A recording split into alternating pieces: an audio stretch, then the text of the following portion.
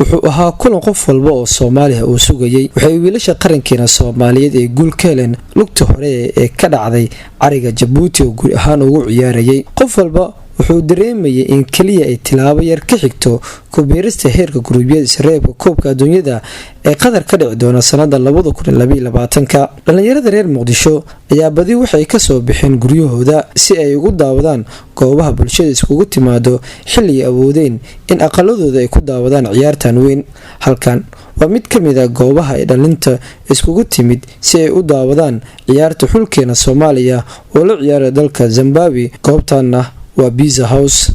dhammaan dhalinyarada halkan iskugu timid si ay u daawadaan ciyaarta xulkeena waxay ahaayeen kuwa dareen ahaan ka duwan dhalinta kale ee ka daawanaya xaafadahooda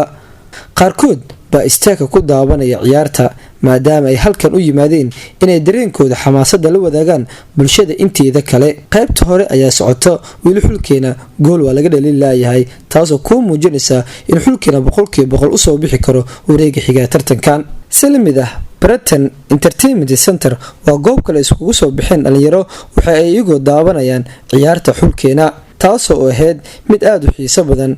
sida muuqanaysa goobtan waa mid ka duwan goobtii hore kalama jeed in goobtan lagu daawanayo wax ku duwan wixii goobta hore aan ku soo aragnay balse kala duwanaanshaha waa xamaasadda iyo sawaxanka halkaani ka soconaya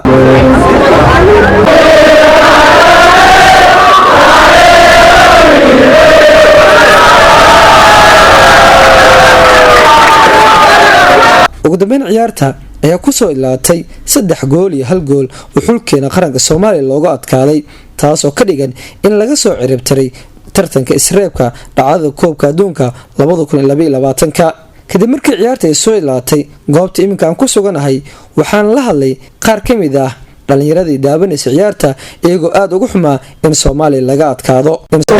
bismillaahir rahmaanir rahiim magacaygu waa Maxamed Axmed runtii galabta aad u faraxsanahay heer Soomaaliya wali ay soo gaarin mudooyinkii dambe aan soo gaarnay runtii galabta anoo liga badiyay aad u faraxsanahay maadaama kubadda soo bandhigay kubadda aad u heer sareysa runtii waxaan aad u amaanayaa ciyaartooyda xulka Soomaaliyeed galabta meel muhiim ah u socday laakiin waa soo baajiyay maadaama xulkaygu ciyaarayo si aan taayaro u garab istaago runtii aad iyo aad u mahadcelinayaa sanadkan waxaan rajaynayaa heer ka sareeyna garo Soomaaliya xaleena guul tanani aan ku dhawahay TV-ga gool xaqiiqdii waxay ahayd runtii ciyaar xamaasadeeda wata markaa fiirisay inkastoo ciyaarta daqiiqadihii dambe go'aankeeda u imaaday laakiin waxaan u maleysaa ciyaartooyda iyo maaragtay qaabka ay u ciyaarayeen inkastoo maaragtay kubadaha rogaal celiska tiimka uu ciyaarayay haddana waxaan u maleysaa maaragtay ciyaarta